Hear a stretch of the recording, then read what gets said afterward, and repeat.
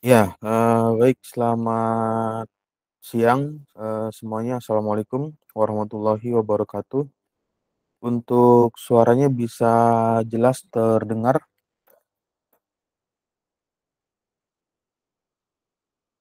Jelas, Pak. Jelas, Ya, Pak. ya. Yang sudah masuk di virtual meet Google bisa mengaktifkan on cam-nya siapa saja yang sudah stay ya di siang hari ini untuk mata kuliah perpindahan kalor dan massa.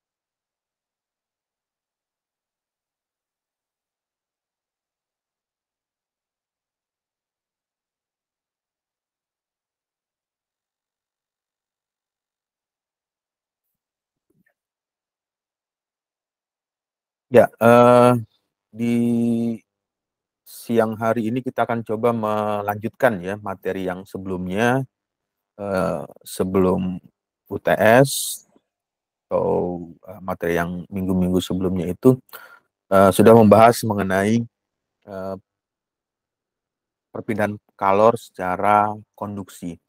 Nah, di bagian ini kita akan mencoba melihat lebih dekat ya atau lebih jauh lagi mengenai proses perpindahan kalor secara konveksi. Kalau yang di bagian sebelumnya konduksi, tapi di bagian ini menceritakan mengenai perpindahan kalor secara konveksi. Untuk bisa mempelajari lebih mendalam atau lebih jauh lagi, nanti bisa membaca ya di e-book yang sudah dikirimkan ini, yang sudah dikirimkan di Meet Google mengenai perpindahan panas, heat transfer, dan bagian berikutnya adalah Fundamental of Heat and Mass Transfer. Ya, kita lanjut aja ke ilustrasi lagi supaya ini tujuannya adalah mengingat lagi prinsip dasar dari perpindahan panas yang terjadi jika hal ini dilakukan secara konveksi. Jadi panas ini berpindah, tidak hanya panas yang berpindah, tetapi fluida juga mengalami perpindahan. Jadi fluida tersebut mengalami perpindahan karena adanya perbedaan temperatur ya atau perbedaan suhu. Temperatur yang lebih tinggi memberikan pengaruh terhadap fluida yang memiliki temperatur yang lebih rendah. Sehingga hal inilah yang menyebabkan adanya proses resirkulasi. Nah, proses resirkulasi ini yang kita kenal dengan perpindahan panas secara konveksi. Jadi tidak hanya panas saja yang berpindah, tetapi fluida juga mengalami perpindahan. Untuk fluida tidak saja berlaku untuk fluida cair, tetapi juga bisa dilakukan menggunakan fluida gas atau fluida udara. Nah, perpindahan panas secara konveksi adalah perpindahan panas melalui aliran zat perantara. Jadi zat perantara yang ikut berpindah, kemudian partikel tersebut berpindah dan mengakibatkan panas mengalami perambatan. Panas tersebut berpindah dari panas yang memiliki temperatur lebih tinggi ke temperatur yang lebih rendah. Terjadilah perpindahan panas yang kita kenal dengan namanya konveksi, perpindahan panas secara konveksi. Untuk fluida yang bisa digunakan, bisa saja menggunakan media rambat dari panas tersebut, menggunakan media cair dan media gas. Ya, lalu bagaimana contoh sederhana ya atau contoh mudahnya untuk mengetahui apakah ini masuk dalam kategori perpindahan panas secara konveksi? Yang pertama adanya gerakan naik dan turun air ketika dipanaskan. Ini ilustrasi mudahnya ya pada saat memanaskan air dengan satu media tertentu, alat pemanas, maka akan terjadi perubahan pergerakan fluida yang awalnya mengalami resirkulasi atau yang biasa disebut dengan vortex. Inilah yang menjadikan panas tersebut bisa berpindah. Lalu kalau diilustrasikan, ini menggunakan ilustrasi kacang hijau atau kacang kedelai, itu juga bisa dilihat bagaimana pola panas yang dipindahkan tersebut atau pergerakan panas tersebut pasti akan mengalami pusaran atau mengalami putaran ya. Ya. Lalu di bagian selanjutnya, contoh dari perpindahan panas secara konveksi terjadinya panas yang berpindah dari angin yang berhembus dari darat kemudian ke laut, atau kebalikan, panas yang bertiup dari laut kemudian berpindah ke darat. Nah, ini merupakan perpindahan panas juga terjadi secara konveksi.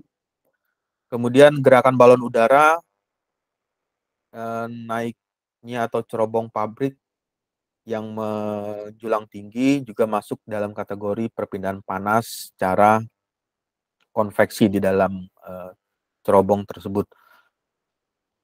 Ya, untuk perpindahan panas secara konveksi ini sangat erat sekali hubungannya dengan fluid mekanik ya, atau yang biasa kita kenal dengan mekanika fluida, yang sudah pernah mendengar istilah laminar dan turbulen. Karena kedua proses ini, proses pertama laminar dan turbulen ini memberikan kontribusi cukup berpengaruh terhadap panas yang dipindahkan. Jadi pada saat aliran yang timbul tersebut apakah menghasilkan aliran laminar atau aliran turbulen, ini memberikan dampak terhadap konveksi panas yang dipindahkan. Sekedar mengingat aja, di bagian ini untuk aliran laminar merupakan fluida ya yang mengikuti suatu garis, jadi garis lurus, garis yang mengikuti arah alir atau streamline yang jelas antar ujung dan pangkalnya serta tidak ada garis yang saling bersilangan atau aliran yang saling menyilang. Inilah yang disebut dengan aliran laminar. Lalu bagaimana dengan turbulen? Untuk turbulensi, aliran fluida yang ditandai dengan adanya putaran ya, atau aliran yang berputar atau yang biasa disebut dengan vortex ya, atau vorticity, dan arah gerak partikelnya berbeda. Yang dimaksud dengan berbeda, pergerakannya berlawanan, misalnya dari kiri ke kanan atau bahkan sebaliknya dari kanan ke kiri atau saling bersilangan. Jadi arah pergerakannya itu bisa saja mengalami perbedaan. Ya, proses-proses seperti ini memberikan dampak yang berbeda pada saat panas tersebut berpindah secara konveksi jika dalam keadaan laminar maupun jika aliran fluida tersebut mengalir dalam keadaan turbulen. Nah, ini mengingat saja ya, atau mengingat kembali mengenai apa yang dimaksud dengan laminar flow dan turbulent flow.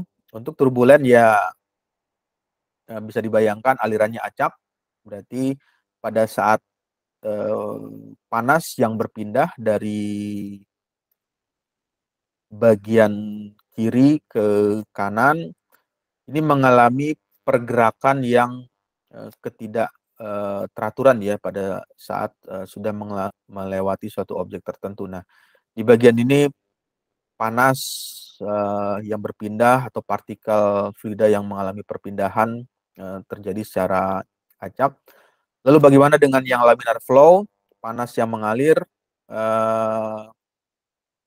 mengalami keteraturan, jadi temperatur atau panas yang berpindah dari satu sisi ke sisi yang lainnya dengan kondisi yang tidak mengalami banyak perubahan. Nah, ini merupakan kondisi ilustrasi laminar flow dan turbulent flow. Kemudian di bagian selanjutnya ada proses perubahan untuk kita melihatnya atau meninjau dalam hal perpindahan panas secara konveksi untuk region atau bagian laminar. Di bagian ini ada ilustrasinya, ada laminar region. Kemudian ada transisi, jadi pada saat aliran fluida tersebut mengalir beserta panas ya, jadi ada tidak hanya fluida yang mengalir, tapi ada panas juga yang ikut dipindahkan di bagian ini. Lalu dari laminar yang alirannya mengalami keteraturan dengan kondisi yang teratur, di bagian transisi aliran sudah mengalami proses perlawanan, atau jadi arah alirannya mengalami perubahan di bagian transisi. Kemudian di bagian turbulen, nah di bagian turbulen ini aliran yang ditimbulkan untuk aliran acaknya atau aliran ketidakteraturan menjadi lebih besar. Ya, lalu pengaruh dari ilustrasi tersebut yang ditampilkan dari laminar, transition, dan turbulen ini memberikan kontribusi ya, jika panas yang ingin diinginkan di dalam suatu sistem berpindah secara mixing atau secara tercampur dengan baik, maka yang harus dilakukan bagaimana menghasilkan aliran tersebut menjadi aliran turbulensi atau aliran acak di dalam suatu sistem jika ingin mencampurkan panas menjadi lebih baik. Nah, di bagian ini kembali lagi ya ke bagaimana proses perpindahan panas tersebut dipengaruhi oleh laminar flow dan turbulent flow. Ya, untuk transisi dari aliran laminar dan turbulen terjadi ketika nilai Reynolds ya, nilai Reynolds-nya itu laminar ke turbulen 5 dikali 10 pangkat 5, atau nilai bilangan Reynolds-nya itu lebih besar atau nilainya lebih besar dari 5 dikali 10 pangkat 5. Ya, untuk bilangan Reynolds nanti bisa define atau dideskripsikan dengan persamaan yang umumnya sudah seringkali digunakan. Untuk Reynolds number ini melihatnya dalam kondisi ini ya, plat datar. Ini ada bagian plat ya. Di sini ada plat datar. Kemudian plat ini dilalui oleh fluidanya membawa temperatur. Jadi selain fluida yang mengalir juga mengalirkan suhu tertentu atau temperatur yang berpindah secara konveksi. Sehingga bisa dilihat ketika aliran tersebut pada kondisi laminar dan turbulen, kita bisa memprediksikan pada bagian zona yang sebelah bagian mana yang mampu menimbulkan proses mixing atau proses pencampuran panas menjadi lebih baik. Nah, jadi nanti bisa diperkirakan berapa besar nilai Reynolds number yang ditimbulkan tersebut. Jika nilai Reynolds number-nya berada pada kondisi turbulen, berarti proses pencampuran konveksi panas yang dipindahkan ini menjadi lebih teratur atau menjadi lebih mixing ya, berseragam. Karena proses pencampurannya menjadi lebih mengalami pencampuran lebih baik.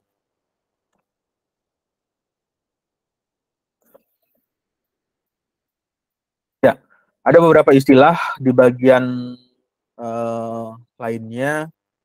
Untuk aliran eksternal, aliran yang berada di luar atau melalui objek, benda padat, ini juga bisa menjadi salah satu aplikasi dari perpindahan panas secara konveksi di external flow, saluran bagian luar. Untuk alirannya diilustrasikan di bagian ini, melihatnya itu di bagian luar ya. Bagian luar ini contoh dari aliran luar atau external flow, misalkan pada permukaan padat, airfoil, mobil ini diartikan perpindahan panas secara konveksi di luar mobil atau di permukaan mobil tersebut ketika terpapar oleh sinar matahari, kemudian dialiri oleh atau ditiup oleh angin yang berhembus di sekelilingnya. Itu adalah perpindahan panas secara konveksi. Kemudian kincir angin juga bisa diartikan juga external flow, bisa juga ada panas dari lingkungan atau panas dari matahari yang berhembus bersamaan dengan angin yang bertiup di sekeliling blade dari kincir angin tersebut. Ya, di bagian yang berikutnya adalah faktor-faktor yang mempengaruhi daerah transisi, antara lain di bagian sini ada ketika ini diilustrasikan, ini merupakan ilustrasi dari external flow. External flow-nya kita gambarkan dalam bentuk plat datar ya. Di bagian ada plat datar. Plat datar ini pertama kali dilalui atau dilewati oleh fluida dengan membawa temperatur tertentu, yang dimana fluida ini ketika pertama kali belum mengalami kontak atau belum bersentuhan dengan plat tersebut, fluida ini mengalir secara uniform karena belum ada proses gesekan atau friksi antara dinding dari plat tersebut. Ini merupakan dinding dari plat datar tersebut. Sebelum ada friksi atau gesekan, fluida tersebut masih dalam kondisi yang uniform, seragam. Dimaksud seragam ini memiliki kecepatan yang sama. Ketika sudah mengalami kontak atau bersentuhan ya dengan dinding tersebut, kecepatannya mengalami perubahan. Jadi kalau diilustrasikan di bagian ini ada perubahan simbol panah atau vektor arah kecepatan. Yang bagian pertama ini sebut aja 1, di 2, kemudian 3, 4, dan 5. Untuk bagian 1, karena ada faktor friksi gesekan sehingga kecepatannya menjadi mengalami penurunan atau mengalami pengurangan. Diilustrasikan arah vektornya atau garis vektornya, garis panahnya menjadi lebih pendek. Kemudian ini juga menjadi agak lebih panjang karena pengaruh gesekannya sudah jauh ya antara dinding dengan fluida yang mengalir. Terus di bagian selanjutnya ini juga mengalami perubahan nilai kecepatan. Nah, sehingga dari karakteristik aliran tersebut, ketika aliran ini membawa temperatur atau membawa panas tertentu, bisa dibayangkan atau bisa dipastikan bahwa panas yang akan lebih cepat sampai itu berada pada kondisi di bagian tengah ya, atau bagian tengah atau bagian permukaan parabolik tersebut. Jadi panas tersebut mengalami nilai yang maksimum. Ya, di bagian selanjutnya dalam sebuah tabung angka Reynolds kembali digunakan sebagai kriteria untuk aliran laminar dan turbulen. Ini pengaruhnya nanti pada saat panas tersebut mengalir di dalam media yang berbentuk silinder atau berbentuk tabung, pasti akan melakukan pendekatan dengan menghitung berapakah bilangan Reynolds yang dikeluarkan atau bilangan Reynolds yang dihasilkan ketika fluida tersebut mengalir di dalam suatu silinder atau dalam suatu tabung dengan temperatur tertentu. Untuk bilangan Reynolds bisa didefinisikan Reynolds number pada cup diameter tertentu.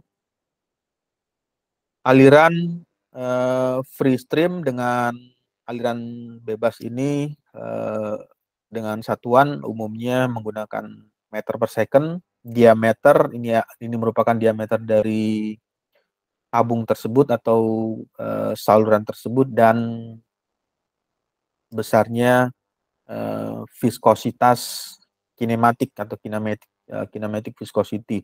Nanti bisa diperoleh jika nilai-nilai tersebut sudah diketahui berapa besar bilangan Reynolds yang dimiliki ketika mengalirkan fluida yang bertemperatur di dalam tabung tersebut. Ya, untuk rentang bilangan Reynolds, transisi dapat diamati tergantung pada ada pengaruh juga kekasaran pipa atau nilai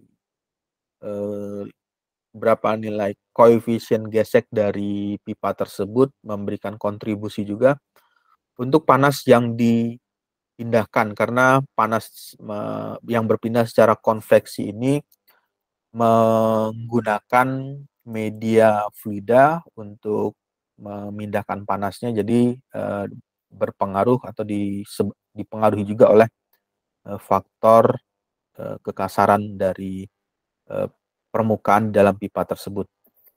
Nah, ini merupakan keterangan kisaran aliran untuk transisi didefinisikan di dalam saluran tersebut. Untuk bilangan Reynolds-nya diperkirakan antara 2000 sampai 4000. Jadi perkiraan antara nilai tersebut merupakan masuk dalam kategori aliran transisi.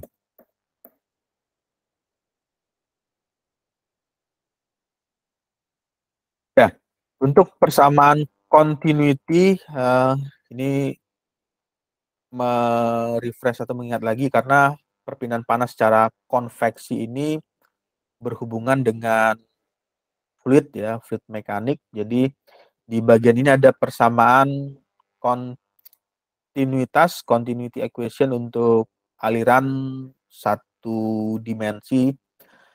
Untuk aliran satu dimensi ini ditinjau dalam hal arah alirannya melihat ke satu bidang ya. Satu bidang itu bisa saja misalnya dilihat dalam arah bidang X atau melihat arah alirannya itu dalam bidang Y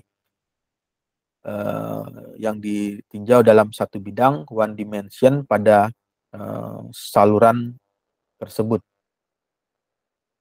Persamaan yang digunakan mass flow rate untuk menghitungnya terlebih dahulu harus mengetahui berapa besar nilai density dari fluida yang mengalir tersebut, kemudian mean velocity-nya, berapa nilai kecepatan, lalu luas area dari saluran tersebut, berapa luas areanya. Jika misalnya areanya berbentuk silinder, ya tinggal dihitung berapa luas dari lingkaran atau silinder tersebut, atau luas luas lingkaran tersebut. Nah, itu merupakan persamaan yang masih digunakan ya di perpindahan panas, atau seringkali digunakan di perpindahan panas secara konveksi karena berhubungan sekali dengan mekanika fluida yang dipergunakan untuk panas tersebut. Ya, di bagian selanjutnya ialah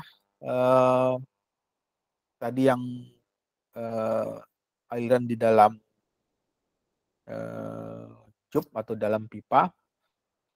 Ilustrasi mudah mengartikan dari aliran tersebut pada saat aliran ini mengalami perpindahan sebelum mengalami pergesekan dengan dinding fluida. Kondisi awalnya masih dengan uniform, nilai kecepatan yang seragam, tetapi pada bagian langkah selanjutnya atau di bagian panjang dinding berikutnya, maka nilai kecepatan tersebut mengalami penurunan. Jadi di bagian ini mengalami penurunan atau pengurangan, bisa dilihat di ilustrasinya. Arah panahnya lebih panjang, kemudian di bagian selanjutnya mengalami penurunan atau pengurangan karena ada faktor friksi, dan di bagian selanjutnya juga mengalami pengecilan ya. Ini semakin berkurang, mengecil kecepatannya, di bagian ini juga mengalami pengecilan. Tetapi yang mengalami peningkatan ialah kecepatan yang ada di bagian tengah. Di bagian tengah ini mengalami perpanjangan arah vektor, artinya mengalami peningkatan kecepatan, sehingga di bagian selanjutnya pada saat aliran turbulen ini di bagian tengah tersebut, panas yang dipindahkan akan lebih besar atau lebih tinggi pada saat di bagian permukaan tengah tersebut.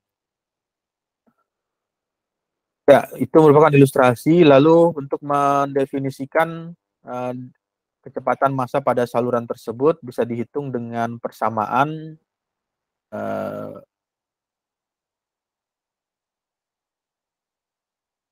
mass velocity kemudian berbanding dengan mass rate of flow berbanding dengan luas permukaan. Jadi bisa dihitung berapa kecepatan massa yang dipindahkan bersamaan dengan panas yang mengalir di dalam saluran pipa tersebut.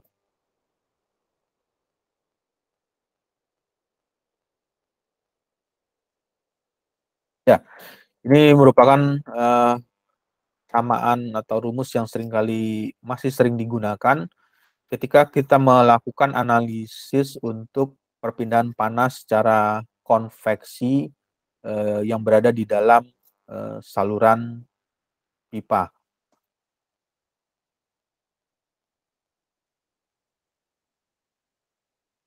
Lalu bagaimana yang selanjutnya ialah mengenai aliran internal. Untuk aliran internal ini, aliran fluida di mana tempat aliran fluida dibatasi atau dikelilingi permukaan padat. Kemudian fluida yang faktor merupakan gradien kecepatan dan shear stress tidak diabaikan, sehingga bisa dikelompokkan nanti ada fluida yang dengan memiliki viskositas tinggi atau fluida kental. Kemudian ada fluida incompressible, fluida yang tidak dapat dimampatkan. Jadi ada pengaruh juga pada saat menggunakan jenis fluida. Apakah menggunakan fluida yang compressible atau menggunakan fluida yang kental atau menggunakan fluida yang incompressible pada saat perpindahan panas yang terjadi secara konveksi.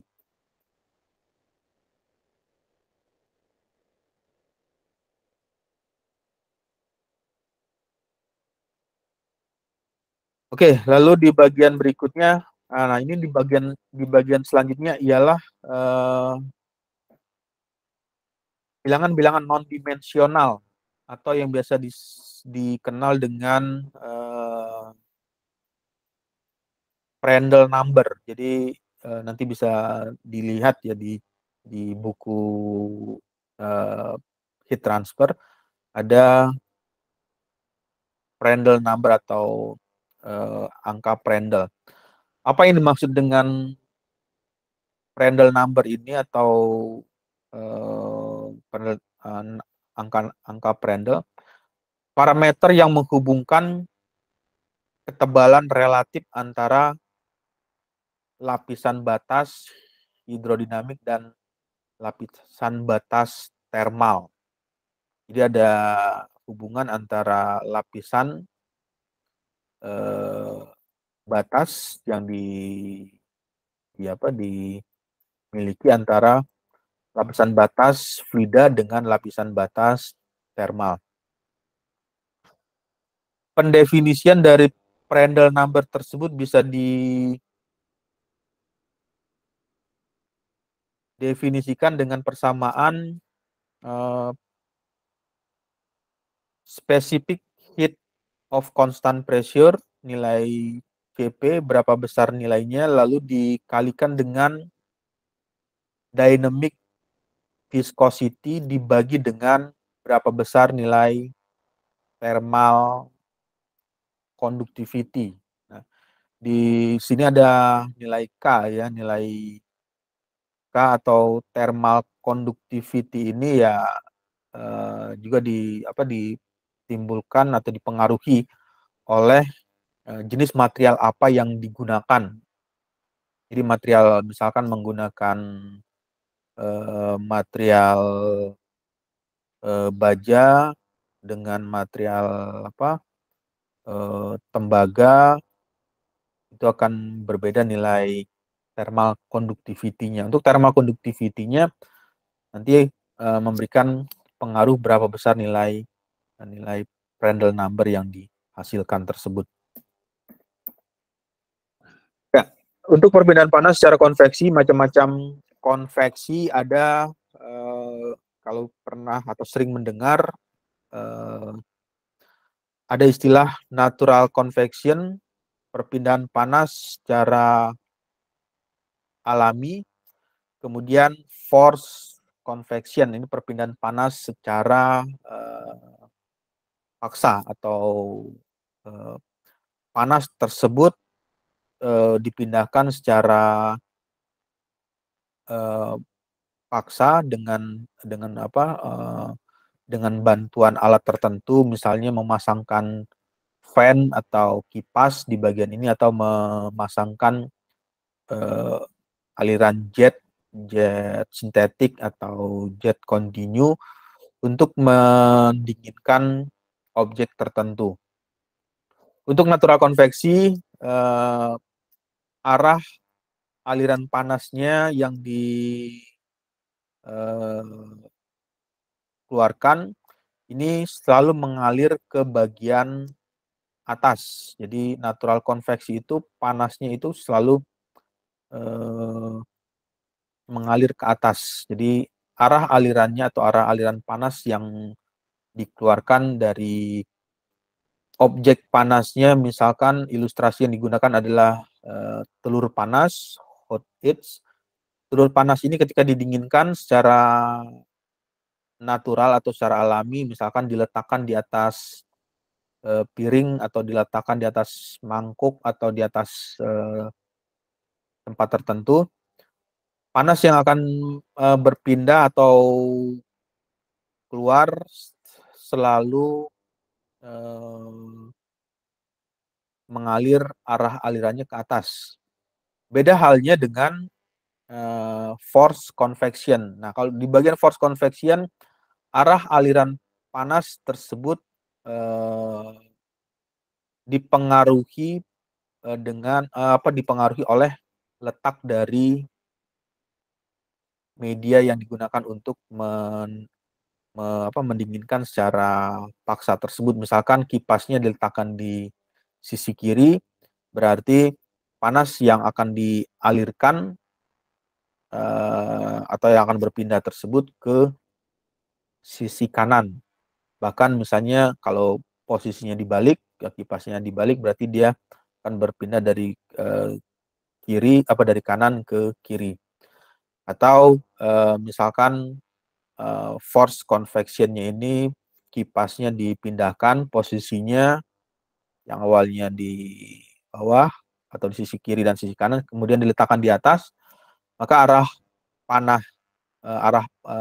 panas yang dipindahkan akan mengalami perbedaan.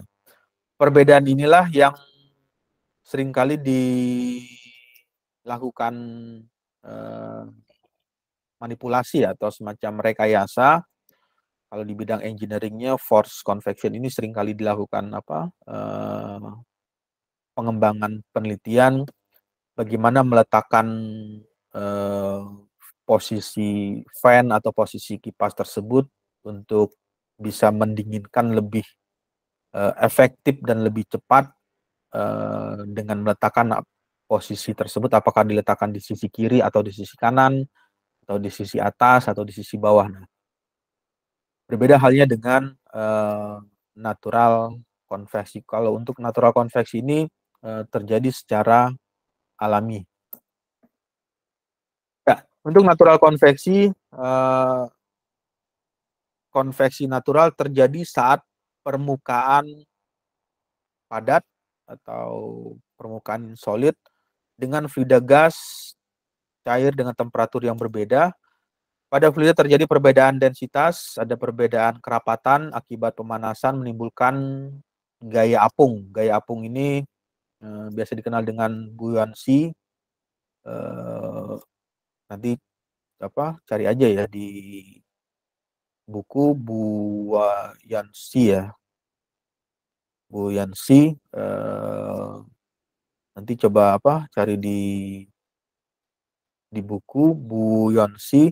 Ini nilainya arah alirannya itu mengilustrasikan ke bagian ini natural konveksi. Jadi arah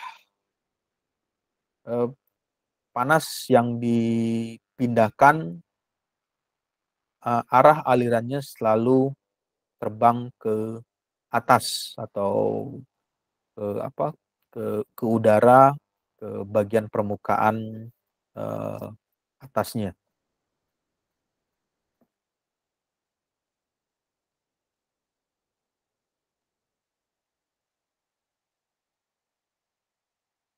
Ya, untuk suaranya bisa jelas terdengar ya.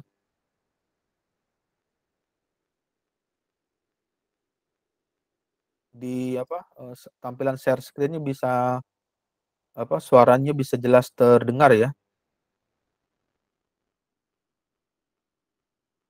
Bisa, Pak. Ya. Jadi di bagian berikutnya konveksi natural atau natural convection ini seringkali disebabkan oleh gerakan dari fluida. Selanjutnya untuk proses engineering konveksi natural yang terpenting terjadi pada bidang vertikal panas yang berada dalam fluida. Jadi panas yang dipindahkan itu selalu terjadi secara bidang vertikal atau arahnya secara vertikal. Nah, selanjutnya bagaimana persamaan laju kalor. Untuk laju kalor, perpindahan panas dari benda solid ke fluida. Jadi ada di bagian ini ada keterangan ada solid ke fluida. Perpindahan panas dari benda padat ke fluida. Fluidanya bisa saja yang digunakan fluida cair atau juga bisa menggunakan fluida gas yang dikelilingi. Jadi benda solid tersebut dikelilingi oleh fluida cair dan fluida gas. Dan di bagian ini didefinisikan dengan persamaan atau pendekatannya itu I sama dengan nilai H dikali A, temperatur permukaan solid dan temperatur rata-rata dari fluida. Jadi kita bisa mengetahui berapa besar laju panas yang dipindahkan. Jadi kalau misalnya ini ada plat datar ya, yang tadi ilustrasinya, di sini ada plat datar. Di bagian tersebut ada fluida yang mengalir dari misalkan dari sisi kiri ke kanan. Nah, di bagian ini bisa dihitung berapa besar nilai Q atau nilai laju perpindahan kalor. Pertama harus diketahui berapa nilai koefisien perpindahan panas konveksi, luas penampang pemindah panas, jadi berapa luas plat tersebut, untuk di bagian ini berapa nilai luasnya. Temperatur permukaan, jadi diketahui terlebih dahulu berapa nilai temperatur untuk permukaannya, untuk permukaan yang padat ya, permukaan solid, permukaan plat tersebut. Dan selanjutnya temperatur rata-rata fluida. Nah, ini ada misalkan ini adalah ilustrasinya, adalah fluida yang mengalir, berapa nilai temperatur rata-ratanya, dan di bagian ini nilai temperatur permukaan benda solid tersebut. Setelah mengetahui nilai-nilainya, nanti bisa dihitung besar laju perpindahan kalor yang dipindahkan secara konveksi tersebut.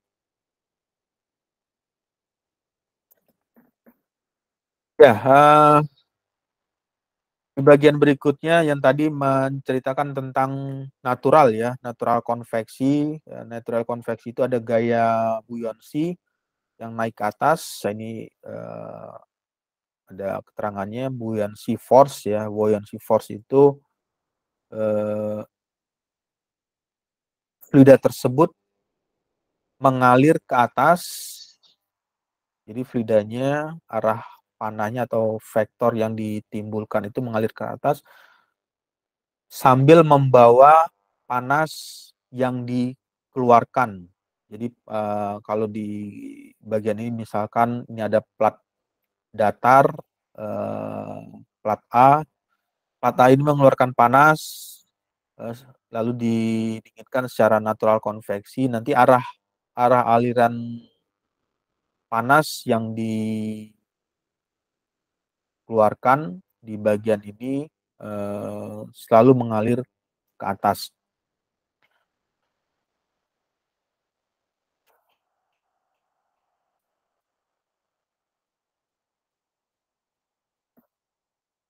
Nah, untuk perpindahan panas, kalau di fluid mekanik seringkali mendengar bilangan non-dimensional ya. Bilangan non-dimensional itu ada Reynolds number, tapi kalau di bagian heat transfer, perpindahan panas berhubungan dengan non-dimensional yang sering digunakan Prandtl number atau bilangan Prandtl. Prandtl number ini merupakan perbandingan dimension number atau perbandingan rasio momentum diffusivity dengan thermal difusi yang biasa disebut dengan nama Prandtl. Nanti bisa dihitung berapa besar nilai Prandtl number itu perbandingan antara nilai kapasitas panas dengan konduktivitas thermal. Nah, di sini ada nilai K ya, ada keterangan lagi nilai K. Conductivity thermal ini berhubungan dengan material material solid ya atau material padat yang digunakan. Apakah menggunakan misalnya tembaga atau menggunakan baja atau menggunakan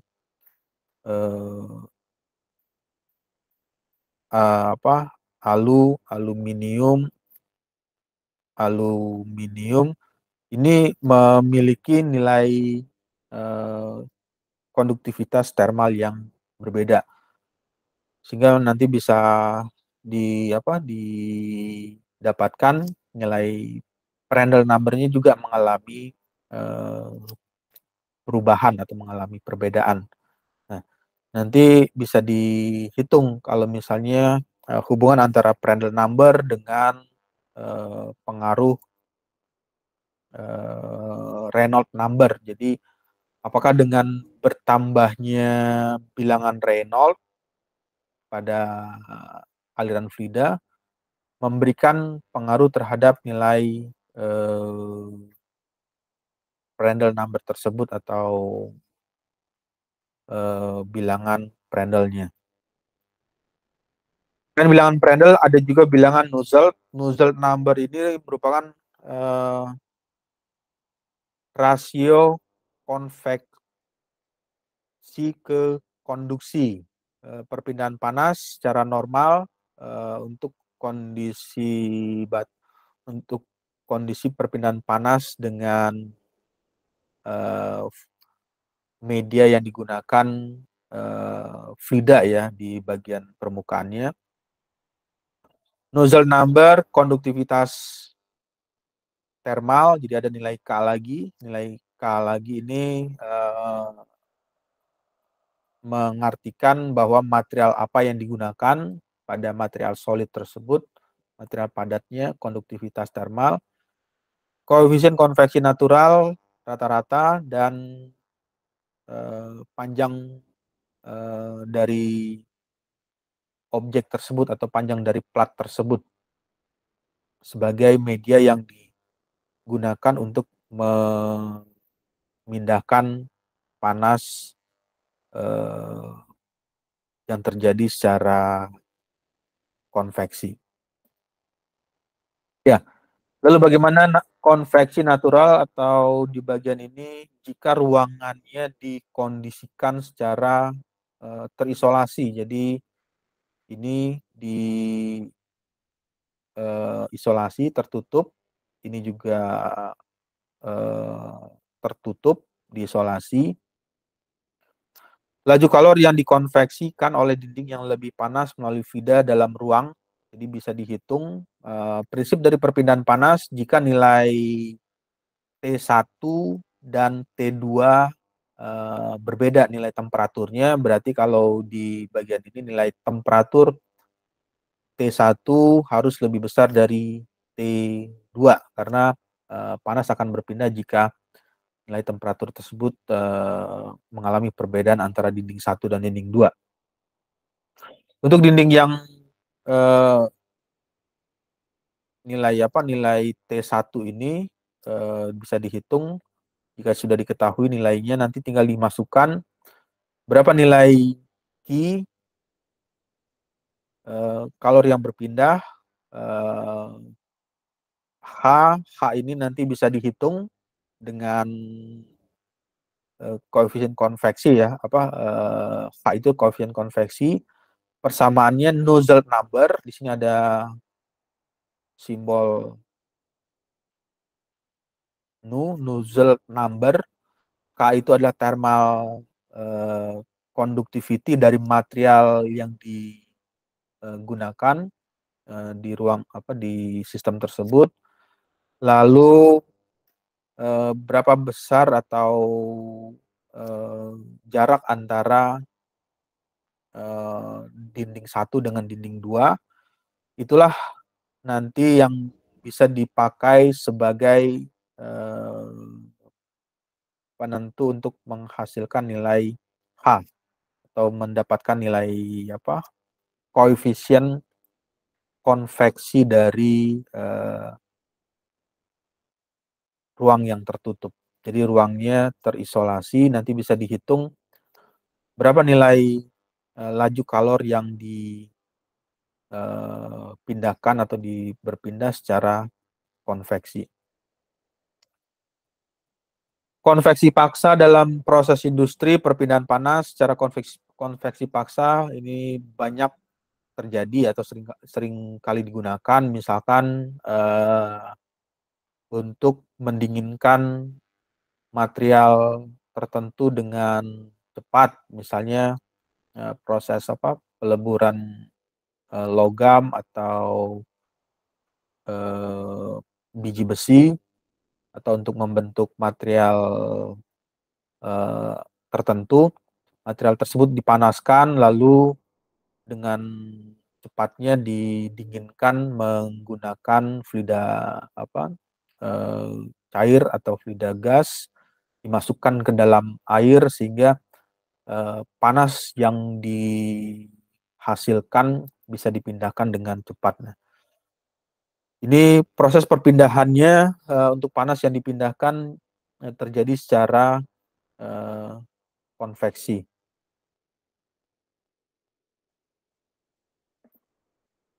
Ya, seringkali kita melakukan hubungan ya atau perhitungan antara bilangan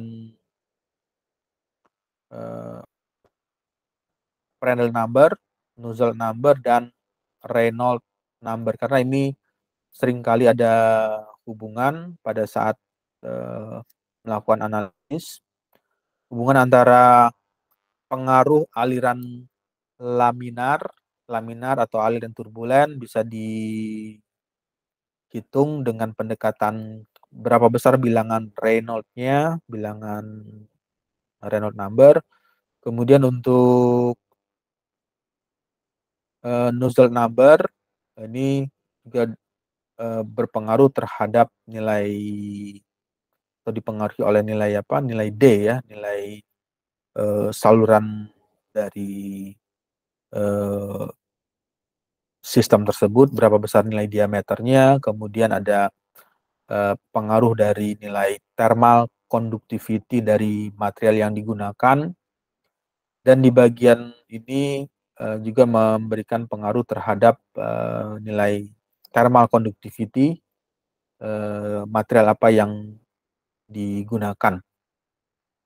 Nah, nilai-nilai seperti Nusselt number, kemudian Reynolds number, Prandtl number ini banyak ya nanti sering kali muncul di analisis. Kalau misalnya membaca jurnal-jurnal internasional itu ada grafik yang menampilkan hubungan antara bilangan Prandtl, kemudian ada bilangan Nusselt number, kemudian ada Reynolds number. Nanti dari grafik yang ditampilkan bisa memberikan analisis terhadap sistem yang dibuat tersebut.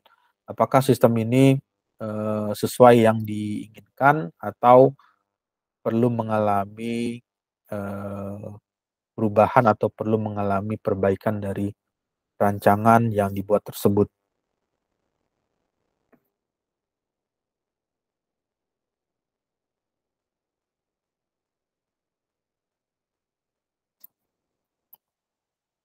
Ya, oke, baik. Sampai sini ada diskusi atau ada yang ingin ditanyakan?